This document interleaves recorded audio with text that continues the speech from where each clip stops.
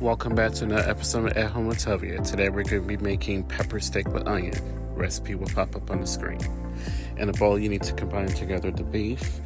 And this is stir-fried beef that I brought from the store. It's already sliced. I just sliced it in half to break it down into a smaller size. Add all the soy sauces, oyster sauce, Sautéing wine, garlic powder, MSG, salt, and cornstarch mixed together. After combining those ingredients together, add 1 teaspoon of sunflower oil mixed together and then set it aside for 15 to 20 minutes. For the sauce, the ingredients will pop up on the screen. Mix all the ingredients together. Now, here you see that I have chicken bouillon powder listed. If you don't want to use chicken bouillon powder, by all means, just leave it out. And if you don't want to use MSG, by all means, just leave it out. So mix all the ingredients together thoroughly and set it aside to make the slurry.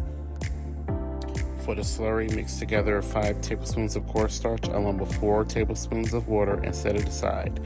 In a very hot wok, add 4 tablespoons of neutral-flavored oil and stir-fry the beef in very small batches on high heat the entire time. Overcrowding the pan can cause the temperature of the pan to drop and you're going to have horrible results.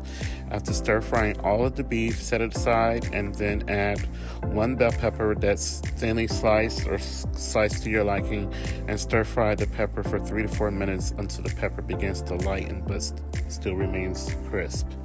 Add 1 onion that's sliced, stir fry for an additional 1 to 2 minutes. Now we're going to combine everything. We're going to add the sauce mixture, whisk the ingredients again before adding, because sometimes the sugar will settle in the bottom.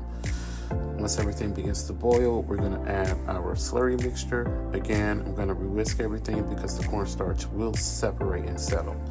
So add enough of the slurry mixture until the sauce begins to get very thick and has a nice sheen to it. Once the sauce is thick and has a nice sheen, you're going to return this beef and then stir fry for 1 to 2 minutes, heating the beef through. And this is the final result. It's absolutely delicious and tender, and you can serve with white rice,